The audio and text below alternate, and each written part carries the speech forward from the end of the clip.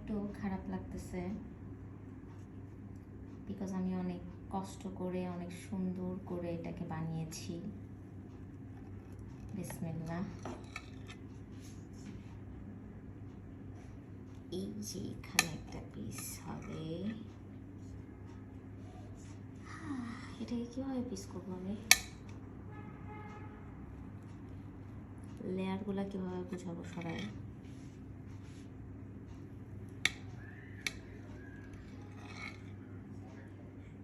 এইভাবে কাটবো।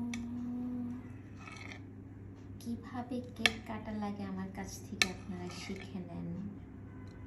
এই দেখেন কেকটাকে আমি জবাই করতেছি, জবাই।